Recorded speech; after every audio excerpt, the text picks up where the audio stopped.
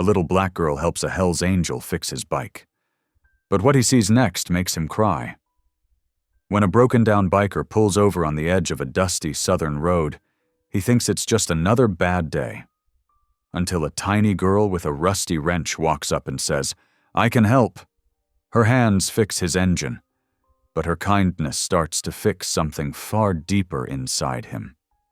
He follows her home to thank her mother, and that's when he sees a photo on the wall that stops his heart cold. The man in the picture, the son he lost years ago. Now, the toughest man on two wheels is face to face with the family he never knew he had. But after all the years of anger and regret, will they forgive him? Or will his broken heart stop beating before he gets the chance to make things right? Drop a comment below and share which part of the world you're tuning in from today. If you enjoy stories like this, don't forget to subscribe for more. The relentless Alabama sun beat down like a hammer on Mac Larson's leather-clad shoulders as he guided his Harley down the dusty county road. Sweat trickled down his weathered face, collecting in the gray stubble of his beard.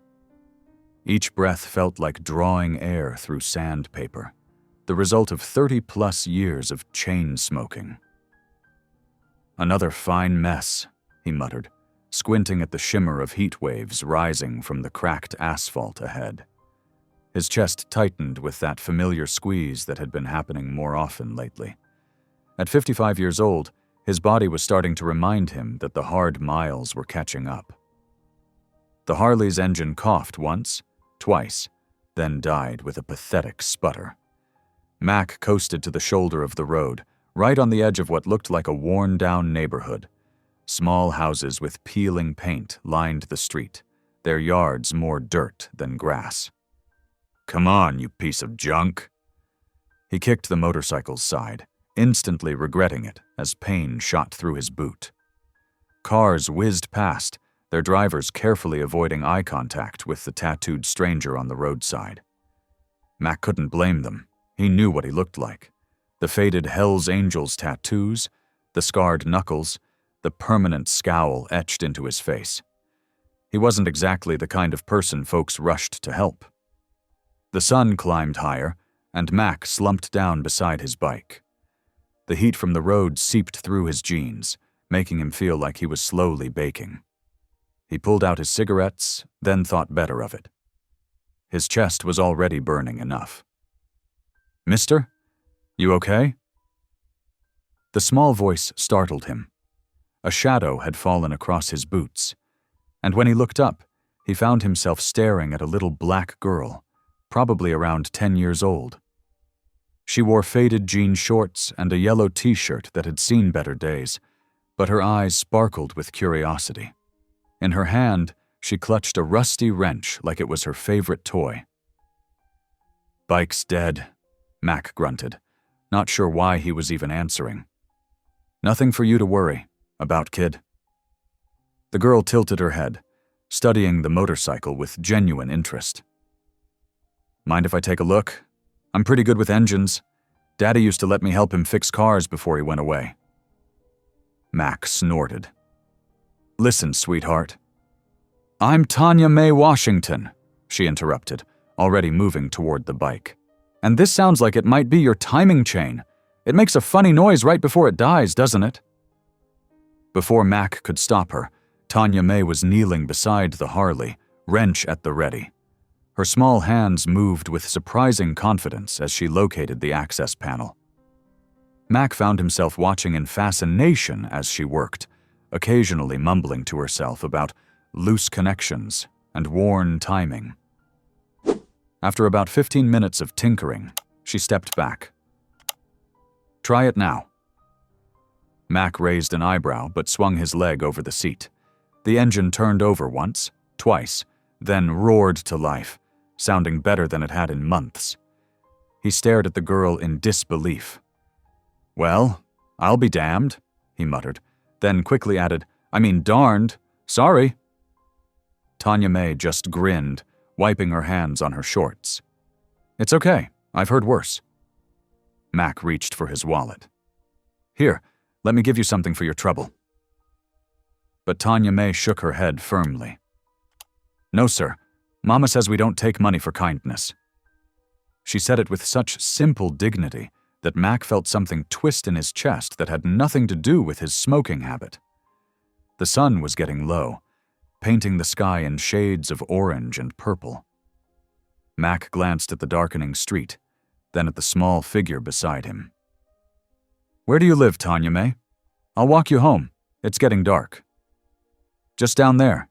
She pointed to a small house 3 blocks away. "But you don't have to—" "Yes, I do," Mac cut her off, already dismounting his bike. "Your mama taught you about kindness. My mama taught me about making sure little girls get home safe after dark." They walked together, the big, grizzled biker and the tiny mechanic, their shadows stretching long behind them. Tanya May chattered about engines and her dreams of opening her own garage someday. Mac found himself nodding along, offering the occasional grunt of agreement, surprised to realize he was actually enjoying the conversation. The whole way, he couldn't shake the feeling that something important had just happened, though he couldn't quite put his finger on what it was. All he knew was that for the first time in a long while, the weight in his chest felt a little lighter, and it had nothing to do with his cigarettes. As they approached Tanya May's house, Mac saw a porch light flicker on, and he understood that this chance encounter on a dusty Alabama road might just be the beginning of something unexpected. Something that felt strangely like hope. Mac followed behind Tanya May's bouncing steps as she led him through the neighborhood. The streets grew narrower, lined with houses that had seen better days. Rusted, mailboxes tilted at odd angles, their numbers faded or missing entirely. The pavement gave way to gravel, then dirt, crunching under their feet as they approached the train tracks that cut through this part of town. "Almost there," Tanya May called over her shoulder, her wrench still clutched firmly in her small hand. A weathered trailer came into view, its once white siding now a dingy gray. The small yard was dotted with broken toys, a tricycle missing a wheel, a plastic dump truck with a cracked bed, a deflated basketball. A clothesline stretched between 2 metal poles, sagging under the weight of faded shirts and worn jeans that flapped lazily in the evening breeze. As they approached, the trailer's screen door creaked open. A woman stepped out onto the wooden steps, her posture cautious but dignified. She wore scrubs, probably just home from work, and her eyes moved quickly between her daughter and the tattooed stranger following behind. "Mama!" Tanya May called out excitedly. "I helped fix a Harley Davidson today. The timing chain was loose, just like Daddy used to show me with cars." The woman, Latrice Washington, Mac presumed, managed a small smile, though her eyes remained watchful. "Did you now?" She addressed Mac directly, her voice carrying a blend of politeness and protective concern. "I'm Tanya's mother." "Name's Mac," he said, trying to soften his usual gruff tone. "Your daughter's quite the mechanic. Saved me from a long walk in this heat." Latrice's shoulders relaxed slightly. "Would you like some sweet tea, Mr. Mac? Least we can offer after Tanya May kept you standing in the sun."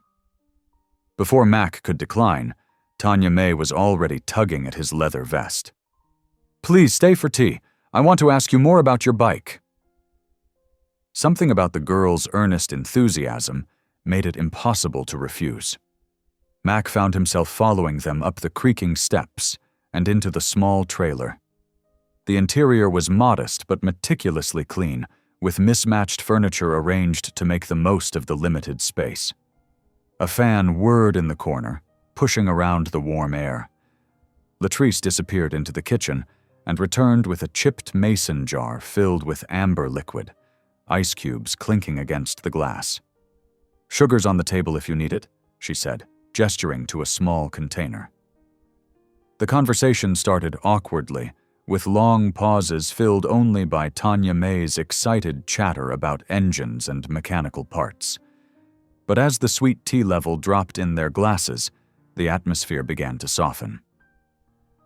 "Tanya May gets her love of fixing things from her daddy," Latrice said, her voice taking on a gentle, reminiscent tone. "He was a Marine, served 3 tours overseas before—" She didn't finish the sentence, but she didn't need to. "I'm sorry," Mac said quietly, meaning it. "He died doing what he believed in," Latrice continued. "Protecting others. That's all he ever wanted to do, even when he was young. Said he had to prove himself to somebody, though he never said who." Mac's throat tightened. His eyes drifted to the mantel, where several framed photographs stood. One caught his attention, a young man in dress blues, his posture straight and proud. The mason jar nearly slipped from Mac's trembling hands as recognition hit him like a physical blow. Eli, his son. The same strong jaw, the same slight tilt to the smile. The boy who'd stormed out 20 years ago, declaring he'd make something of himself without his father's help. The son whose departure had sent Mac into a spiral of guilt and self-destruction that led him to the Hell's Angels. The world seemed to tilt on its axis. Tanya May, this bright, kind child who'd helped a stranger without hesitation, was his granddaughter, his son's daughter, the daughter of the son he'd failed so completely. Thunder rumbled in the distance, matching the roaring in Mac's ears. He set down the mason jar with unsteady hands, praying Latrice wouldn't notice his distress. "I should go," he managed to say, his voice rough. "Storm's coming in. Thank you for the tea, ma'am. And thank you again, Tanya May." He pushed himself up from the chair, fighting the urge to stagger as the weight of this revelation threatened to knock him off his feet. The screen door banged behind him as he hurried down the steps. The first fat drops of rain began to fall as he swung his leg over his motorcycle. Behind him, he could hear Tanya May calling out a goodbye, her voice nearly lost in another roll of thunder. The engine roared to life, thanks to her skilled little hands, he thought with a pain that squeezed his chest, and he pulled away from the trailer. The rain began to fall in earnest now, pelting his face as he rode. His heart pounded in his chest, drowning out even the thunder that crashed overhead. Each beat seemed to echo with the same devastating truth. She was his granddaughter. She was his granddaughter. She was his granddaughter. The rain pelted Mac's leather jacket as he thundered down the wet asphalt, each drop feeling like another accusation against his conscience. His mind kept replaying that moment 20 years ago, the scene as vivid as if it had happened yesterday. 17-year-old Eli, face red with fury, pointing at him across their cramped kitchen. "You're not my old man!" The words had cut deeper than any knife. "Not anymore!" The door had slammed so hard it cracked the frame. That was the last time Mac had seen his son alive. Lightning split the sky, illuminating a neon sign for Pete's Diner up ahead. Mac guided his Harley into the gravel lot, his hands trembling more from emotion than cold. The bell above the door jingled as he stepped inside, water dripping from his leather onto the checkered linoleum floor. "Coffee black," he muttered to the waitress, sliding into a corner booth. The vinyl seat squeaked beneath his wet clothes. Once alone, Mac pulled out his worn leather wallet. Behind his license was a creased photograph he hadn't looked at in years, Eli at 16, working on an old Chevy in their driveway. The same mechanical curiosity he'd seen in Tanya May's eyes today. His granddaughter. The word felt foreign in his mind, like a language he'd forgotten how to speak. The coffee arrived, and Mac wrapped his calloused hands around the warm mug. He studied the family photo burned into his memory from Latrice's mantel, comparing it to the one in his wallet. The resemblance was undeniable, same proud set of the jaw, same slight tilt to the smile. But he needed to be sure before saying anything that could hurt these people who'd already lost so much. Sleep eluded him that night in his cheap motel room. By dawn, he'd formulated a plan. The timing belt excuse would give him reason enough to check on his handiwork. The morning sun had barely burned away the dew when Mac pulled up to the Washington's trailer. Before he could even kill the engine, Tanya May came bursting out the door, her bare feet slapping against the wooden steps. "Mr. Chains," she called out, using the name she must have spotted on his jacket yesterday. "You came back!" Her enthusiasm made his heart ache. "Just wanted to check that timing belt," he said gruffly, trying to maintain his composure. "Make sure everything's running right." A black sedan pulled up beside the trailer, and a tall man in a pressed shirt stepped out, carrying paper grocery bags. Tanya May bounced on her toes excitedly. Pastor Harris! This is Mr. Chains. He's the biker whose motorcycle I fixed yesterday." The pastor set down his bags and extended a hand, his smile genuine and warm. "Samuel Harris, always good to meet a friend of the Washingtons." Mac hesitated before accepting the handshake. "Just passing through," he mumbled.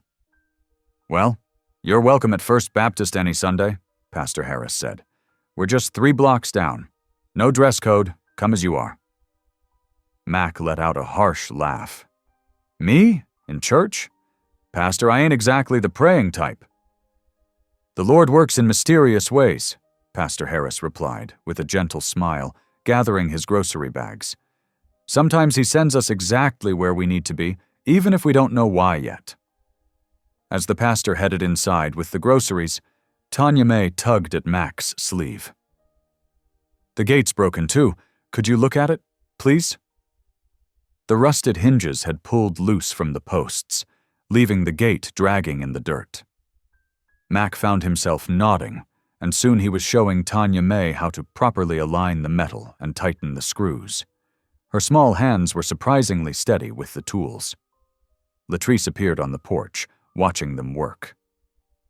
"You're too kind, Mr. Mac," she called out. "At least stay for some cornbread, just pulled it from the oven." The domestic scene nearly undid him. This could have been his life, teaching his granddaughter about tools, sharing meals with family. Instead, he'd spent 20 years running from his failures, drowning his guilt in motorcycle exhaust and bad decisions. "Thanks, ma'am, but I should get going," he managed to say, his voice rougher than usual. He packed up his tools and swung onto his bike, his chest tight with emotions he couldn't name. "Come back soon, Mr. Chains," Tanya May shouted, waving enthusiastically from the yard. For the first time in years, a genuine smile crossed Mac's weathered face. The expression felt foreign, like clothes that no longer fit quite right. But it was real. The smile faded as he rounded the curve past the edge of town. There, beneath a twisted oak tree, stood a small roadside cross. Fresh flowers lay at its base. Someone still tended it regularly. The memorial plaque read, "In memory of Marine Staff Sergeant Eli James Larson." Mac pulled over, cutting the engine. The silence pressed in around him as he stared at his son's name etched in metal. 20 years of running, from responsibility, from guilt, from God himself. And here he was, right back where it all started, facing the consequences of his pride. The weight of it all seemed to settle on his shoulders like a physical burden. He'd been running so long, he'd forgotten how to stand still. But now, with Tanya May's innocent trust and Latrice's quiet strength pulling at him, standing still might be exactly what he needed to do. Over the next several days, Mac found himself drawn back to the little trailer by the tracks, like a moth to flame. Each morning, he'd wake up in his cramped motel room and rack his brain for new excuses to stop by. There was always something that needed fixing. Loose bolts on the porch steps, a squeaky screen door, a temperamental kitchen faucet. "Back again, Mr. Chains?" Latrice would say, with a knowing smile, when she caught him tinkering around their home before her shifts at the diner. "Just happened to be passing through," he'd mumble, though they both knew it was a lie. The truth was, he couldn't stay away. Tanya May took to following him around like a shadow, watching his every move with those bright, curious eyes that reminded him so much of Eli. She'd hand him tools before he even asked for them, soaking up everything he taught her about repairs like a sponge. One afternoon, as he showed her how to properly sand down a rough patch on the porch railing, she looked up at him with a mischievous grin. "You know what? You remind me of my grandpa, or at least how I imagine a grandpa would be. Maybe I should call you Grandpa Mac." The words hit him like a physical blow. He nearly dropped his sandpaper, his hands trembling slightly. That's just fine, sweetheart," he managed to say, his voice gruff with emotion. The nickname stuck. Soon she was using it daily, completely unaware of how close to the truth she'd stumbled. Each time she said it, Mac felt both warmed and wounded by the words. Latrice's schedule at the diner grew more demanding, often keeping her working late into the evening. Mac knew Tanya spent those hours alone, waiting for her mother to return. It didn't sit right with him, especially in this neighborhood. One particularly warm evening, he stopped by to check on her. The screen door was propped open to catch the breeze, and the sounds of singing drifted out into the twilight. He found Tanya in the kitchen, stirring a pot of macaroni and singing a gospel hymn as she worked. The melody stopped him dead in his tracks. It was the same lullaby Sarah, his ex-wife, used to sing to baby Eli, the same gentle tune that had floated through their home before everything fell apart. Before the drinking, before the fights, before Eli walked away and never came back. "Oh, hi, Grandpa Mac," Tanya chirped, noticing him in the doorway. "I'm making dinner for when Mama gets home. Want to help?" He nodded, not trusting his voice. As he helped her stir the pot, tears welled up in his eyes. He blinked them away quickly, but not before one escaped down his weathered cheek. "Are you okay?" Tanya asked, touching his arm with genuine concern. "Just some steam in my eyes, darlin'," he lied, managing a wobbly smile. When Latrice returned home, exhausted from her double shift, she found them setting the table together. "Mr. Mac, you're still here. You didn't have to stay." "It's no trouble," he said quietly. "Just keeping an eye on things." "Well then, you're staying for supper," she insisted, her tone leaving no room for argument. "We've got plenty." Before eating, they joined hands for grace. Tanya's small fingers wrapped trustingly around his calloused palm as she led the prayer. "Dear Lord, thank you for this food and for Mama's hard work, and please keep Grandpa Mac's heart strong and healthy, 'cause we need him around here. Amen." The simple prayer nearly broke him. He squeezed her hand gently, unable to speak past the lump in his throat. Later that night, after walking back toward his motel, Mac stopped at the 24-hour convenience store on the corner. The fluorescent lights hummed overhead as he stood before the small rack of books near the counter. There, wedged between car magazines and romance novels, sat a worn King James Bible. "How much?" he asked the clerk, pulling out his wallet. $5, the man replied, looking surprised at his interest. Mac paid and walked out into the night. He found a spot under a streetlight, the moth-attracted insects dancing in the yellow glow above him. The Bible's pages were thin and delicate under his rough fingers as he opened it for the first time in decades. "Lord," he whispered into the quiet night, his voice barely audible above the distant sound of traffic. "I know I ain't got no right to ask, but please give me one more chance. Help me do right by them this time." As the crickets chirped their evening song, Mac made a decision. He couldn't just blurt out the truth, not yet. These women had already lost Eli once. He needed to earn their trust, prove himself worthy of being in their lives before he could reveal who he really was. He owed them that much, at least. Closing the Bible carefully, he tucked it into his jacket pocket, right next to his heart. Tomorrow would be another day of small repairs, of quiet conversations, of building bridges across the gulf of years. One nail, one board, one prayer at a time. Sunday morning dawned clear and bright over the small Alabama town. Mac was finishing his third cup of coffee at the motel when a familiar tapping came at his door. He opened it to find Tanya bouncing on her toes, dressed in her Sunday best, a yellow dress with white ribbons in her hair. "Please come to church with us, Grandpa Mac." Her eyes sparkled with hope. "Pastor Harris asked about you yesterday, and I told him you might come." Mac shifted uncomfortably. "I don't know, darlin'. Church folks and old bikers don't usually mix too well." "But God loves everybody," Tanya insisted, her small hand slipping into his. "Even bikers, especially bikers." He couldn't help but chuckle at her logic. Behind her, Latrice stood waiting in a modest blue dress, her expression gentle but neutral. "You're welcome to join us, Mr. Mac," she said softly. "No pressure." Mac looked down at his weathered hands, then at Tanya's hopeful face. "Let me change my shirt at least," he sighed. 20 minutes later, he pulled up to First Baptist on his Harley, wearing his cleanest denim jacket. The patches were faded but still visible, remnants of his old life that he couldn't quite shed.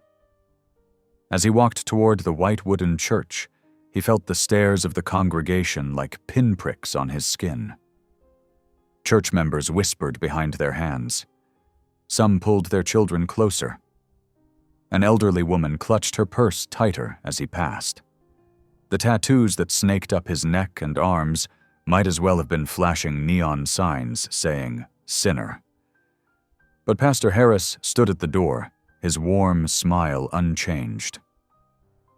"Brother Mac," he said, extending his hand, "we're blessed to have you with us today." Inside, Tanya led him to a pew near the middle, seemingly oblivious to the tension around them. Latrice sat on his other side, her presence steady and calming. The wooden bench creaked under his weight as he tried to make himself smaller. No easy feat for a man his size. The congregation rose for the first hymn, and Mac stood awkwardly, not knowing the words. Tanya shared her hymnal with him, her finger pointing to each line as they sang. Her clear, sweet voice rose above his mumbled attempts, but she beamed up at him as if he were singing like an angel. When Pastor Harris began his sermon, the words seemed aimed straight at Mac's heart. "Today we're looking at the story of the prodigal son," the pastor began, his eyes sweeping the congregation. "A tale of a father's endless love and a son's journey home." Each word pierced Mac's chest like arrows. He thought of Eli, of all the years lost, of his own stubborn pride that had driven his son away. His hands clenched into fists on his knees as Pastor Harris described the father running to meet his returning son, embracing him despite his mistakes. "Sometimes," Pastor Harris continued, his voice gentle but firm, "we think we've wandered too far to come home. But God's love is bigger than our mistakes. His grace reaches farther than our shame." Mac blinked hard, feeling Tanya's small hand slip into his again. She squeezed his fingers, as if sensing his struggle. After the service, children gathered around Tanya in the churchyard, their curiosity overwhelming their parents' caution. "Is that scary biker really your friend?" one little boy whispered loudly. Tanya stood straighter, her chin lifting proudly. "He's my Grandpa Mac," she announced, as if it were the most natural thing in the world. "And he's not scary at all. He fixes things." Latrice's cheeks colored at Tanya's words, but she didn't correct her daughter. Instead, she watched as Mac noticed the broken fence near the church playground. Without a word, he walked to his motorcycle and returned with his toolbox. "Mind if I take a look at that fence?" he asked Pastor Harris. "Wouldn't want any little ones getting hurt." The pastor nodded, a knowing smile playing at his lips. "We'd be grateful for the help, Brother Mac." As Mac worked in the afternoon sun, Tanya sat nearby, peppering him with questions about tools and techniques. Other children gradually drifted closer, fascination overcoming their initial fear. When one little girl asked about a butterfly tattoo on his arm, Mac's gruff explanation about transformation and new beginnings drew several parents closer too. "Say, Mr. Mac," one deacon ventured, "don't suppose you know anything about bus engines? Our church bus has been giving us trouble." "I'll take a look," Mac offered, wiping his hands on his jeans. "Been fixing engines since before you were born, I expect." The afternoon stretched on as Mac examined the bus, Tanya holding his flashlight and announcing his findings to the small crowd that had gathered. The townsfolk's rigid postures gradually relaxed as they watched him work, saw how gentle he was with the children, noticed how he listened more than he spoke. As the sun began to set, Mac packed up his tools and mounted his Harley. The golden light painted the church steeple in warm hues, and for the first time in decades, he felt something unfamiliar settling in his chest. Peace. Not the false peace of a bottle or the temporary quiet of a long ride, but something deeper, more real. The engine rumbled to life, and he saw Tanya waving from the church steps. Pastor Harris stood nearby, his hand raised in blessing. Even some of the congregation members who had pulled away that morning now smiled and waved goodbye. The road home stretched before him, painted in sunset colors, and for once, Mac wasn't running from anything or toward anything. He was just being, just breathing, just accepting the grace of the moment. The late summer days settled into a comfortable rhythm at the Washington trailer. Mac's motorcycle became a familiar sight parked in the patchy grass, his toolbox a permanent fixture on the rickety porch. The neighborhood kids no longer stared or whispered when he rolled through. They waved, calling out, "Hi, Grandpa Mac," with grins on their faces. Inside the trailer, the air smelled of WD-40 and fresh coffee as Mac hunched over the kitchen sink, his weathered hands working at stubborn pipes. "Hand me that wrench, sweetheart," he called to Tanya, who sat cross-legged on a step stool beside him. "This one?" she asked, holding up a pipe wrench nearly as long as her arm. "That's my girl," he nodded, pride warming his voice. "You're learning fast." Latrice watched from the doorway, a dish towel draped over her shoulder.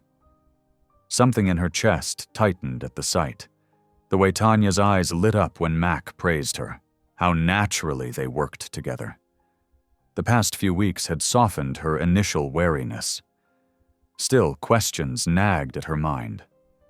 Later that afternoon, while Mac took Tanya outside to check the spark plugs on his Harley, Latrice gathered laundry from around the trailer. In the living room, she picked up Mac's denim jacket, forgotten on the back of a chair. As she lifted it, something slipped from the pocket. A worn photograph, its edges soft with age. Her hands trembled as she picked it up. There, frozen in time, was a younger Mac, less gray in his beard, fewer lines around his eyes, sitting astride a gleaming Harley. Behind him, arms wrapped around his waist, sat a teenage boy with a familiar smile. Eli's smile. Her Eli's smile. The world tilted beneath her feet. She sank onto the couch, the photo burning in her hands like a hot coal. Through the window, she could hear Tanya's delighted laugh as Mac explained something about engines. "See how these wires connect?" Mac's voice drifted in. "Just like your daddy taught me, long time ago." Latrice's breath caught. The pieces clicked into place. All the times Mac had seemed to know things about Eli, how he'd tear up when Tanya sang certain hymns, the way he looked at old photos on the mantel when he thought no one was watching. The screen door creaked open, and Mac and Tanya stepped inside, their hands greasy from engine work. The smile died on Mac's face when he saw the photograph in Latrice's hands. "Tanya," Latrice said, her voice steady despite the storm in her heart. "Go wash up for dinner, baby." "But Mama!" "Now please!" Tanya looked between them, sensing the tension before slowly heading to the bathroom. The water started running, leaving Mac and Latrice in heavy silence. "How long were you going to wait to tell us?" Latrice's words came out barely above a whisper. Mac's shoulders sagged. He looked older suddenly, more worn. "I wanted to make it right first," he said, his voice rough. "Wanted to prove I wasn't the same man." "Who?" He broke off, sinking into a chair. "Who what?" Latrice pressed. "Who drove my husband away? Who ignored his letters when he tried to make amends?" Mac's face crumpled. "I was wrong," he said, tears gathering in his eyes. "So wrong. Pride and anger, they ate me up inside. Eli tried. God knows he tried. Wrote me letters from boot camp, from overseas. I never answered. Thought I was teaching him a lesson." He pulled out his wallet, removing a creased newspaper clipping. "This is how I found out," he said, holding it out. 3 years after. Marine Staff Sergeant Eli Larson killed in action. Didn't even know he'd made Staff Sergeant. Didn't know he'd married. Didn't know about Tanya. Latrice stood, her whole body shaking. "Get out," she said quietly. "Latrice, please, get out," her voice rose. "You had years to make this right, years. And now you come here, play grandfather to my daughter, make her love you, without telling us who you really are?" The bathroom door flew open, and Tanya burst out, her face wet with tears. "Mama, no, please don't make him go." But Latrice stood firm, though her heart was breaking. "Go, Mac. Just go." Mac rose slowly, like an old man. He reached for his jacket with trembling hands, not meeting anyone's eyes. Tanya ran to him, wrapping her arms around his waist. "Please don't go, Grandpa Mac," she sobbed. "Please." For a moment, Mac's hand rested on her head, then he gently unwound her arms. Without a word, he walked out the door. The Harley's engine roared to life, drowning out Tanya's crying. Latrice watched through the window as Mac disappeared into the gathering dusk, shame and regret visible in every line of his hunched shoulders. The sound of his motorcycle faded into the night, leaving behind only the echo of Tanya's sobs and the weight of unspoken words. The neon signs of Jake's Bar and Grill buzzed through the humid night air as Mac pulled his Harley into the gravel lot. The familiar smell of stale beer and cigarette smoke hit him as he pushed through the heavy wooden door. Inside, leather-clad figures hunched over pool tables and battered bar stools, remnants of his old life gathered like storm clouds. "Well, look who crawled back," a gravelly voice called out. Viper, his former second-in-command, sat at the bar, a snake tattoo curling up his neck. "The prodigal biker returns," Mac ordered a beer, his hands still shaking from the confrontation at Latrice's. The cold bottle offered little comfort as he slid onto a bar stool, keeping space between himself and his old crew. "Heard you've been playing house with some church folk?" Viper sneered, sliding closer. His breath reeked of whiskey and malice. "What's the matter, Chains? Hell's Angels not good enough for you anymore?" The other bikers gathered around, sensing entertainment. Mac took a long pull from his bottle, trying to steady his nerves. "Just helping out a family in need," he muttered. "A family?" Viper's laugh was sharp as broken glass. "That what we're calling them now? Heard it's some black widow and her kid. Since when did you become their personal mechanic?" The bottle creaked in Mac's grip. "Watch your mouth, Viper." "Or what?" Viper leaned in closer, teeth bared in a yellow grin. You went soft, old man. Trading your colors for a Bible? Pathetic. Something snapped inside Mac. That widow is my daughter-in-law, he growled. That kid is my granddaughter, and they're worth more than this whole damn bar put together. Silence fell like a hammer. Viper's face darkened. You're what now? You heard me. Mac stood, squaring his shoulders. And if you've got something to say about them, say it to my face. Viper's fist came fast, but Mac had been expecting it. He blocked the punch and returned one of his own, connecting with Viper's jaw. The bar erupted into chaos. Bodies surged forward, fists flew, and bottles shattered. Mac fought well, his old instincts kicking in, but he was outnumbered. A boot caught him in the ribs. Knuckles split his lip.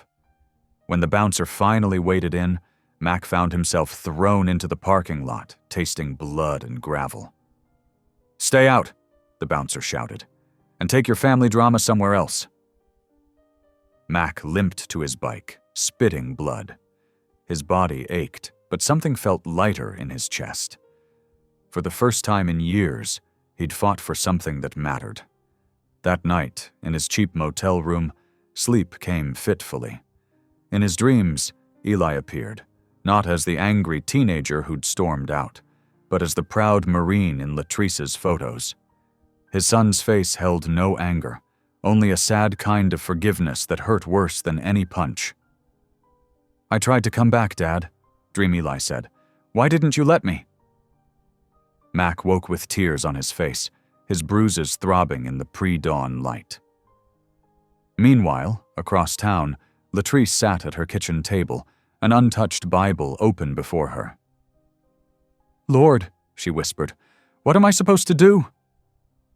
Her anger at Mac's deception warred with the memory of his gentleness with Tanya, his quiet acts of kindness.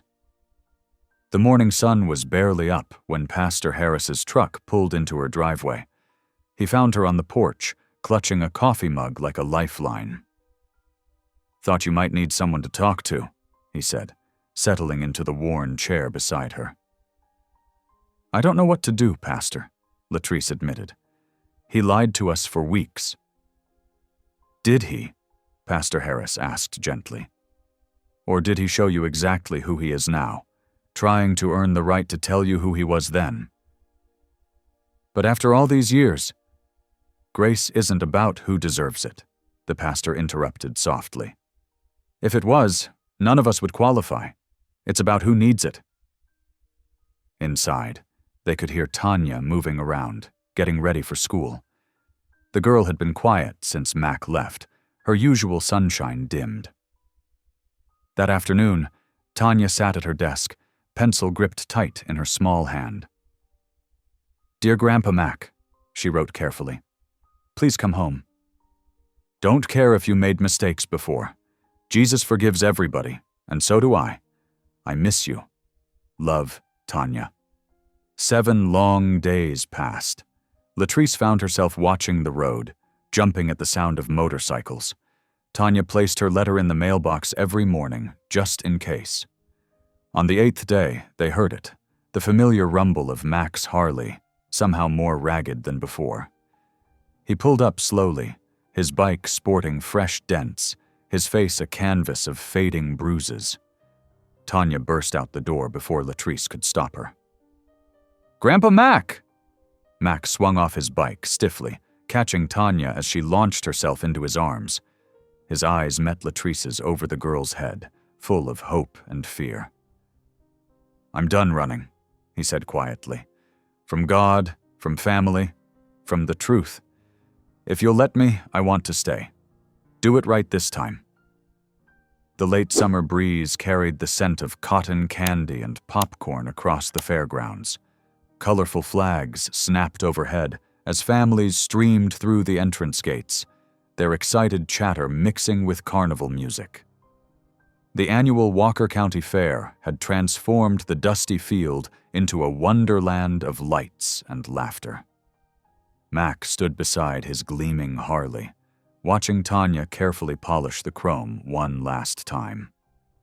They'd spent weeks getting the bike ready for the charity motorcycle show, working side by side in the evenings after her homework was done. The gas tank now sported hand-painted roses, Tanya's artistic contribution, while the engine purred better than it had in years. "You think we got a chance, kiddo?" Mac asked, adjusting his leather vest.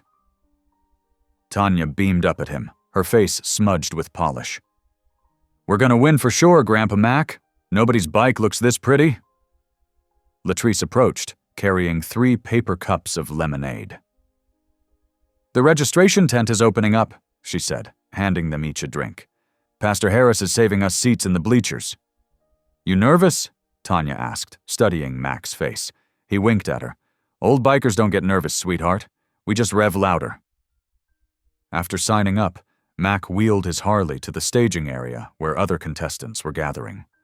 Most rode newer bikes with flashier paint jobs, but none had roses painted by a 10-year-old girl.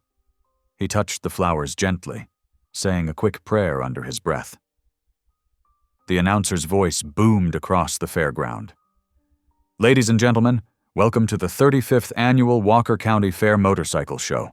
All proceeds today benefit our local youth programs." Tanya and Latrice found Pastor Harris in the crowded bleachers. The minister smiled broadly, wearing his Sunday hat despite the casual occasion. "That bike's looking mighty fine," he said. "The Lord works in mysterious ways. Who'd have thought he'd use a Harley-Davidson to help build our youth center?" The show began with standard routines: figure eights, controlled slides, careful formations. When Mac's turn came, the announcer's voice held a note of "Dimins" surprise. "Next up, riding for First Baptist Church, Mac Chains Larson." The crowd murmured as Mac rolled out. Many recognized him now, the tattooed biker who'd become a fixture at church, always ready to help with repairs or teach kids about engines. He gunned the engine, letting it roar. Then he began his routine. Years of road experience showed in every move. He executed perfect circles that tightened gradually into spirals. He balanced at near standstill, the bike barely moving. But his finale brought gasps. Riding in a straight line, Mac stood up on the seat, arms spread wide like wings. "Look!" Tanya screamed, jumping up and down. "He's flying!" Latrice grabbed her daughter's hand, heart racing as she watched. Even Pastor Harris leaned forward, gripping his hat. Mac settled back into the saddle smoothly, bringing the Harley to a precise stop-center stage. The crowd erupted in cheers. Tanya's voice rose above them all. "That's my grandpa!" When the judges announced the winners, Mac's name came first. He accepted the envelope containing $500 in prize money, but immediately walked to Pastor Harris. "This is for the youth center," he said, pressing the envelope into the pastor's hands. "Maybe it'll help some other kid find their way home." The crowd's applause redoubled. Someone started singing "Amazing Grace," and others joined in. Afterward, they celebrated with fair food: corn dogs, cotton candy, and enormous pieces of funnel cake dusted with powdered sugar. Tanya insisted on riding the Ferris wheel 3 times, while Latrice won a stuffed bear at the ring toss. Even Pastor Harris tried his hand at the strength test, sending the bell ringing to everyone's delight. As the sun set, the fairgrounds lit up with thousands of twinkling lights. Mac watched his newfound family laugh together, feeling a contentment he'd never known in all his years on the road. This was what coming home felt like. The evening wound down, and they headed back to the trailer. Tanya could barely keep her eyes open, sugar crash hitting hard. Mac carried her to bed, just like he used to carry Eli when he was small. "Story?" Tanya mumbled sleepily. "Not tonight, sweetheart. You've had enough excitement." He tucked the blanket around her shoulders and kissed her forehead. "Sweet dreams." Stepping out onto the porch, Mac felt a strange tightness in his chest. He tried to take a deep breath, but the pressure increased. Sharp pain shot down his left arm. "Latrice," he called out, his voice oddly weak. "Something's wrong." She turned from where she was watering her flower boxes, the watering can clattering to the deck as she saw his face. "Mac?" He stumbled, catching himself on the railing. The pain was crushing now, like a giant fist squeezing his heart. "Help!" Latrice screamed, running to catch him as his knees buckled. "Somebody help us!" Porch lights flicked on up and down the street. Neighbors emerged, running toward the commotion.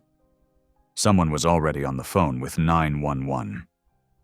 Tanya appeared in the doorway, rubbing her eyes. "Mama? What's happening?" "Get your shoes on, baby," Latrice ordered, trying to keep her voice steady. "We need to go with Grandpa Mac." The ambulance's wail grew louder as it approached. Red and blue lights painted the neighborhood in harsh flashes. Mac tried to focus on Latrice's face above him, on Tanya's small hand gripping his, but darkness was creeping in at the edges of his vision. The paramedics worked quickly, lifting him onto a stretcher. Latrice and Tanya climbed into the back of the ambulance with him. As they pulled away, Tanya's sobs pierced through the fog of pain and the screaming sirens. The last thing Mac saw before consciousness slipped away was Tanya's face, streaked with tears, her lips moving in what looked like a prayer. Then everything faded to black. The emergency room doors burst open as paramedics wheeled Mac through on the stretcher, calling out medical terms that made Latrice's head spin. Tanya clung to her mother's hand, trying to keep up with the fast-moving gurney. "Female presenting with chest pain, possible myocardial infarction," one paramedic announced, rattling off numbers about blood pressure and heart rate that seemed frighteningly low. A nurse in light blue scrubs stopped them at the entrance to the trauma bay. "I'm sorry, but you'll need to wait here," she said, her voice gentle but firm. "No!" Tanya cried, reaching for Mac's hand. "I want to stay with Grandpa." Latrice pulled her daughter close, fighting back her own tears. "Let the doctors help him, baby. We need to be strong for him right now." Through the glass doors, they watched as doctors and nurses swarmed around Mac. Someone cut away his favorite denim jacket, while another attached leads to his chest. The monitor above showed his heartbeat, weak and irregular. Pastor Harris arrived minutes later, still wearing his fair clothes, worry etched across his face. "I came as soon as I heard," he said, placing a steadying hand on Latrice's shoulder. "The whole congregation is praying." Hours crawled by in the waiting room. Tanya curled up in an uncomfortable plastic chair, refusing to sleep despite her mother's gentle urging. Every time the doors opened, they looked up hopefully, but no news came. Outside, Pastor Harris made phone calls. One by one, people began arriving.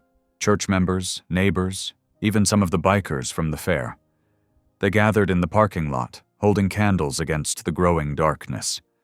Finally, a doctor emerged, his expression grave. "Mrs. Washington? Could you come with me, please?" Latrice squeezed Tanya's hand. "Stay with Pastor Harris, baby." But Tanya shook her head fiercely. "I'm coming too. He's my grandpa." The doctor led them to a quiet consultation room. "Mr. Larson has suffered a major heart attack," he explained. "The damage is extensive. We're doing everything we can, but—" He paused, choosing his words carefully. "You should prepare yourselves. His heart is very weak." Tanya's lower lip trembled. "But he's strong. He fixes everything." "Can we see him?" Latrice asked. The doctor nodded. "Briefly. He's in and out of consciousness, but he might be able to hear you." They followed him to the cardiac intensive care unit. Mac looked small and vulnerable in the hospital bed, surrounded by beeping machines. His tattooed arms lay motionless on white sheets, needles and tubes snaking from them. Through the window, they could see the gathering in the parking lot had grown larger. Despite the late hour, people kept arriving. Then, as if nature itself was joining in their vigil, rain began to fall. First a gentle sprinkle, then a steady downpour. But no one left. They huddled closer together, sharing umbrellas, their candles protected by cupped hands. Some held Bibles, others simply stood with heads bowed.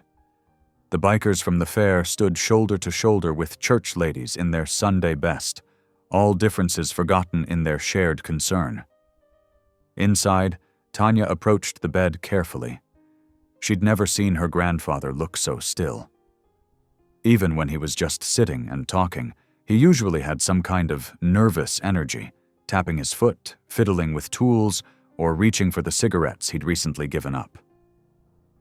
"Grandpa?" she whispered, taking his hand. It was warm but limp. Nothing like the strong grip that had taught her to use a wrench. "You fixed everything else. The church bus, our trailer, even people's hearts when they were mad at each other." Her voice cracked. "Please don't leave this broken." Latrice stood behind her daughter, one hand on her shoulder, the other pressed against her mouth to hold back sobs. She thought of Eli, of all the years Mac had lost with his son, of how he'd finally found his way back to family only to have it threatened now. The steady beep of the heart monitor suddenly changed its rhythm, became erratic. Then, a single, continuous tone. "Code Blue!" a nurse shouted, rushing into the room. More staff appeared, seemingly out of nowhere, pushing Latrice and Tanya toward the door. "No!" Tanya tried to fight her way back to the bed. "Grandpa!" Latrice caught her daughter up in her arms, pulling her into the hallway. Through the window they watched as the medical team worked frantically. Someone was doing chest compressions. Another called for medications. "Lord," Latrice prayed aloud, her voice breaking. "Not yet. He just came home. Please, not yet." The sound of the flatline filled the hallway, drowning out even Tanya's sobs. Outside in the rain, hundreds of voices lifted in prayer, unaware of the crisis unfolding above them, but sensing perhaps that this was the moment when faith needed to be strongest. The night seemed endless. Thunder rolled across the sky as rain pelted against the hospital windows. Inside the ICU, machines hummed and beeped in their steady rhythm, marking each precious second of life. Exhausted from crying, Tanya had finally dozed off in a chair pulled close to Mac's bed. Latrice draped her jacket over her daughter's shoulders, watching her chest rise and fall with each breath. The crisis of the Code Blue had passed, but Mac remained unconscious, his condition critical. As the first hints of dawn began to creep through the windows, the storm started to break. The thunder grew distant, and the rain softened to a gentle patter. The night shift nurse, Emma, moved quietly through her rounds, checking vital signs and adjusting medications. When she reached Mac's bed, she paused, frowning at the monitors. She adjusted her glasses, leaning in closer. There, unmistakable, the heart monitor showed a stronger rhythm, not just surviving, but strengthening. "Oh my goodness," she whispered, quickly checking his other vital signs. As if in response, Mac's fingers twitched against the white hospital sheets. The movement was slight, but definite. Emma rushed to get the doctor on call. The sound of hurried footsteps roused Tanya from her uncomfortable sleep. She blinked, disoriented for a moment, then sat up straight as she saw movement from the bed. Mac's eyelids were fluttering. "Mama?" Tanya called out, grabbing Latrice's arm. "Look!" Slowly, like someone emerging from deep water, Mac's eyes opened. They were unfocused at first, then gradually sharpened as he took in his surroundings. The sterile walls, the medical equipment, the faces hovering anxiously over him. His voice came out as a dry croak. "Am I in heaven?" Latrice let out a sound that was half laugh, half-sob. "Not yet, old man," she said, wiping tears from her cheeks. "Not yet." The doctor arrived, amazement clear on his face as he checked Mac's responses.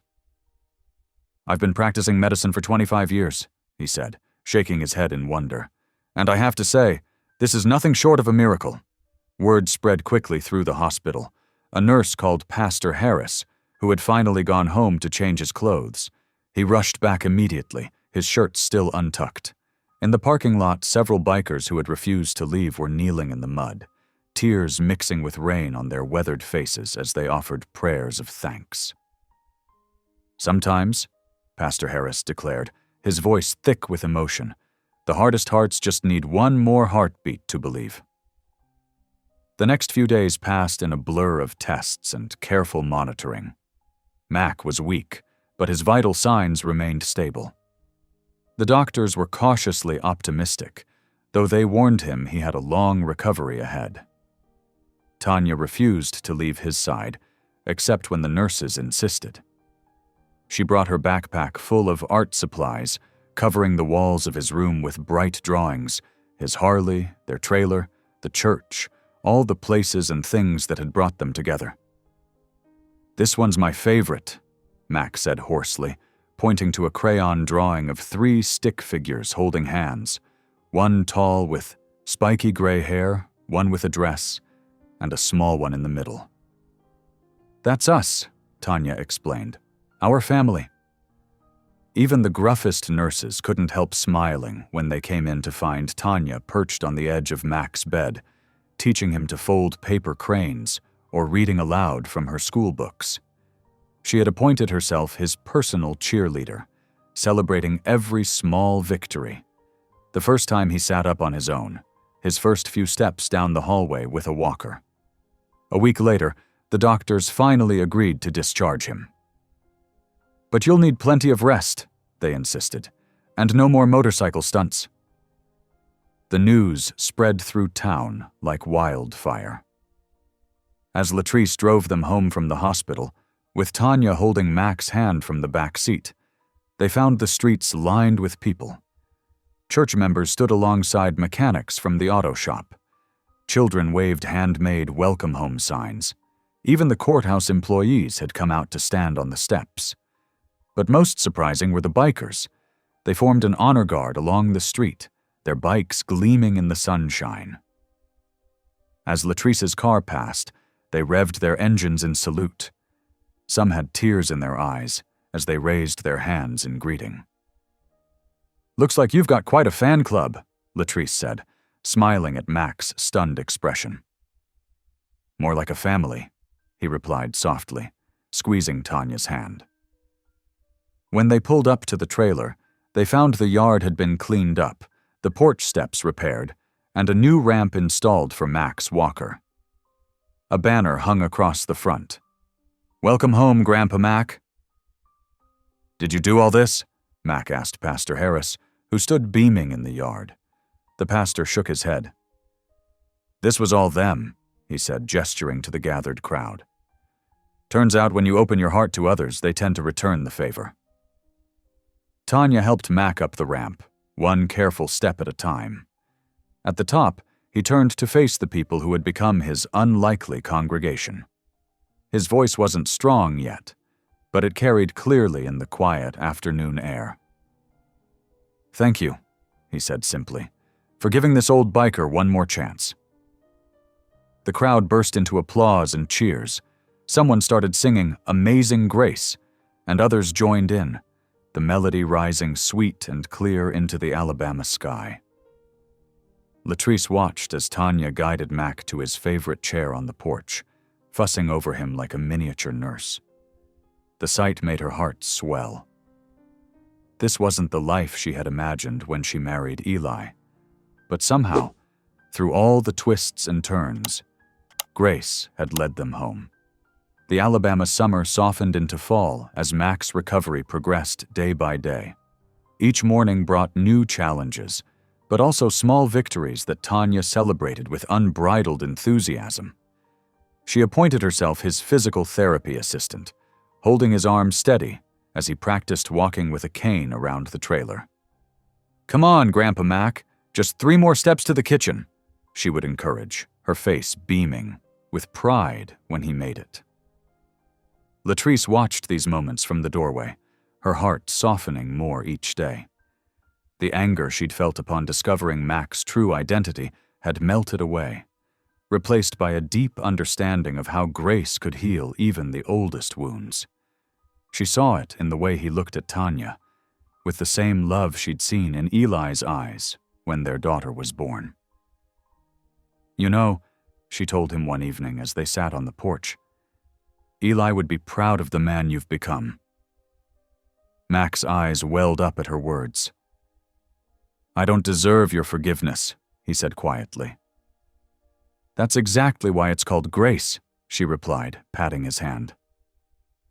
One morning, Mac made a decision that surprised everyone. He called a local dealer and arranged to sell his beloved Harley-Davidson motorcycle. When Tanya asked why, he smiled and said, "Got something better in mind for that money, sugar."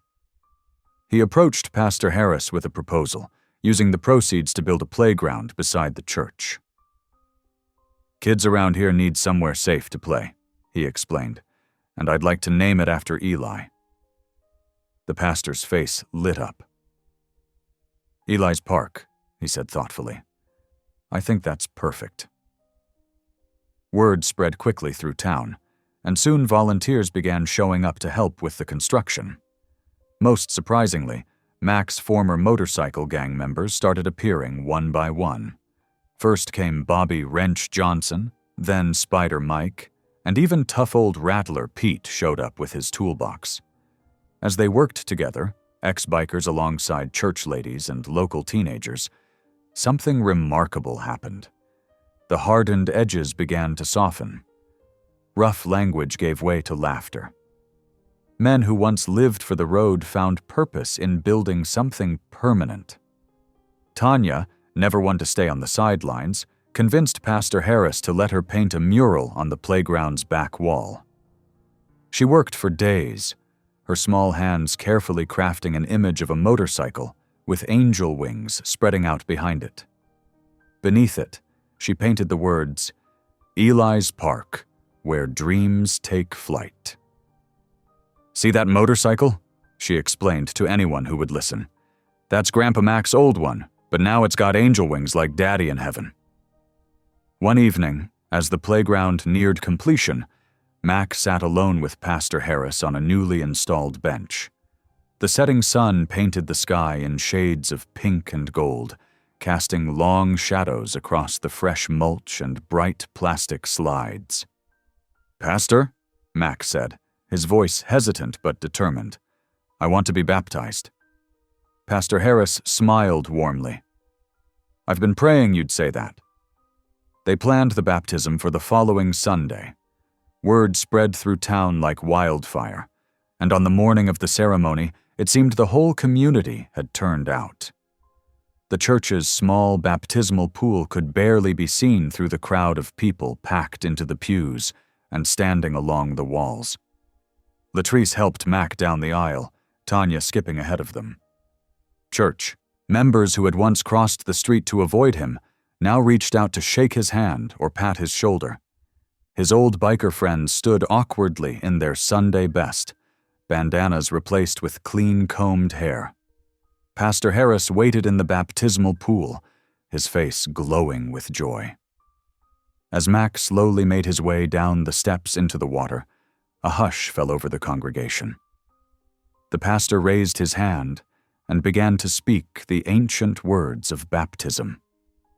Just then, as if on cue, sunlight burst through the stained glass windows, painting rainbow colors across the water's surface. As Pastor Harris lowered Mac backward into the pool, Tanya's voice rang out clear and strong. "That's my grandpa." The words echoed off the church walls, followed by spontaneous applause that grew into thunderous cheering. When Mac emerged from the water, his face shone with something none of his old friends had ever seen before, pure, undiluted joy. Latrice dabbed at her eyes with a tissue, as Tanya bounced up and down, clapping her hands. Even the toughest bikers weren't bothering to hide their tears anymore. Pastor Harris helped Mac out of the pool, and together they faced the congregation, a picture of transformation that none would soon forget. That afternoon, they all gathered at Eli's Park for a celebration. Children swarmed over the new playground equipment while adults shared potluck dishes and stories.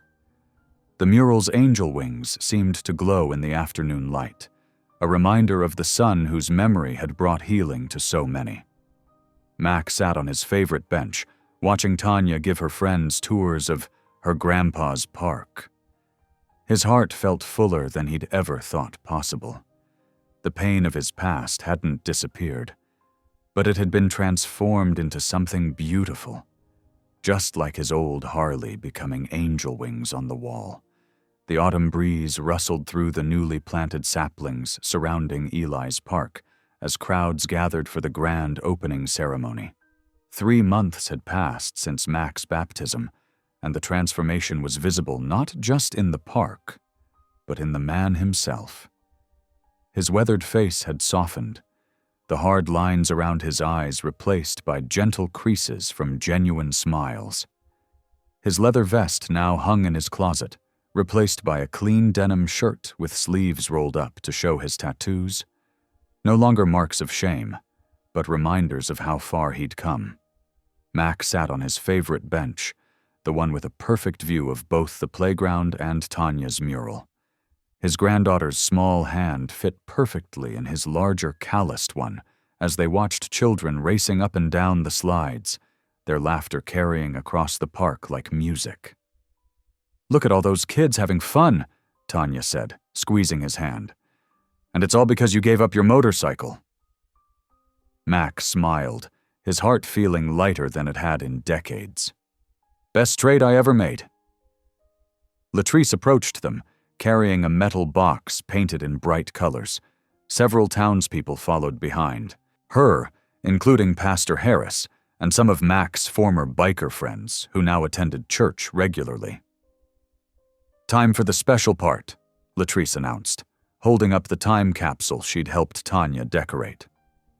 "Everyone brought something to remember this day."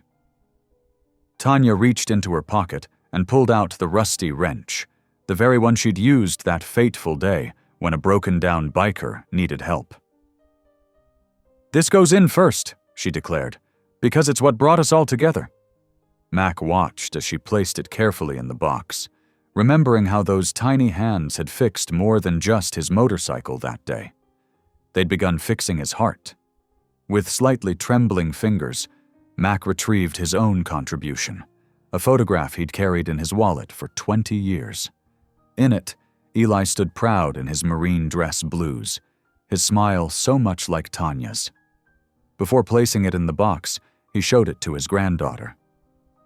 "Your daddy was so handsome," Tanya said softly, tracing the image with her finger. "Just like his daughter is beautiful," Mac replied, his voice rough with emotion. Together they lowered the time capsule into the prepared hole beneath the dedication stone. Pastor Harris said a prayer, and the crowd applauded as the final shovelful of dirt covered it. The stone read simply, "Eli's Park, where broken things come together." As the sun began its descent, painting the sky in shades of amber and rose, families started heading home. Mac remained on the bench with Tanya, watching the last rays of sunlight glint off the playground equipment. "You know something?" he said quietly, looking down at his granddaughter. "Guess you fixed more than my bike, little girl. You fixed me." The church bell rang in the distance, its clear tones floating across the evening air. The sound spoke of redemption, of grace, of second chances given and received. Hand in hand, grandfather and granddaughter walked home with Latrice, their shadows stretching long in the golden light of evening. Thank you for listening. Stories connect us in the most unexpected ways. If you felt that spark today, make sure you're subscribed. I share a new one daily, and the next might change your day.